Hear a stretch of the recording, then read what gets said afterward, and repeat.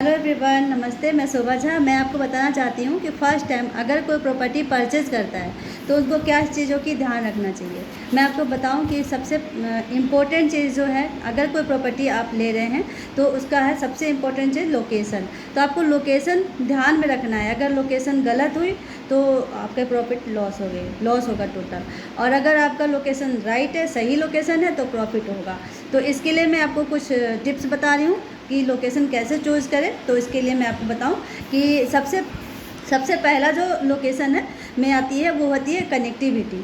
जो आप जहाँ पे प्रॉपर्टी ले रहे हैं उस जगह की आपकी कनेक्टिविटी कैसी है, रोड कैसा है, वहाँ पे मेट्रो लाइन है कि नहीं, वहाँ पे हाईवे है कि नहीं, ये सारी चीज़ें देखना है। पब्लिक ट्रांसपोर्ट नियर बाई है कि नहीं। तो ये सारी चीज़ें बहुत इम्पोर्टेंट है, ध्यान रखना है।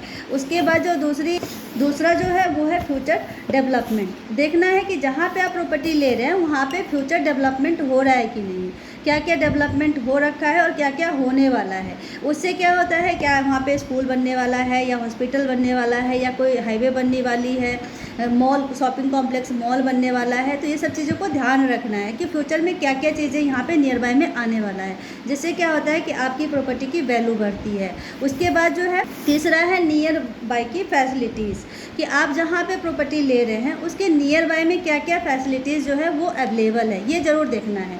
क्योंकि अगर नियर बाय की जो डेली बेसिस की आपकी चीज़ें हैं वो मार्केट पास में है या नहीं, मेट्रो आपकी कनेक्टिविटी जो है वो पास में है या नहीं, ट्रांसपोर्ट कितना दूर है, बच्चों के स्कूल कितना दूर है, हॉस्पिटल कितना दूर है।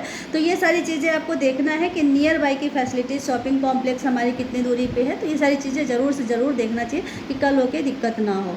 उसके बाद जो है अपना देखना है डिमांड, जो डिमांड डेबल एरिया, जो हम प्रोजेक्ट ले रहे हैं वहाँ का डिमांड कैसा है, क्योंकि फ्यूचर में यहाँ पे क्या क्या बनने वाला है और कि आप डिमांड में है कि नहीं। क्योंकि जब प्रॉपर्टी डिमांड में रहता है, वहाँ पे डेवलपमेंट हो रही होती है, तो प्रोजेक्ट हमेशा डिमांड में रहता है और उसकी रेट भी बढ़ती है। तो ये ध्यान रखना है।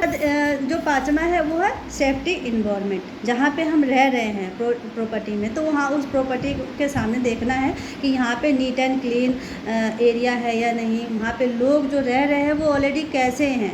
तो वो सारी चीज़ें को आपको देख के सेफ्टी इन्वायरमेंट में अपनी प्रॉपर्टी को लेना चाहिए।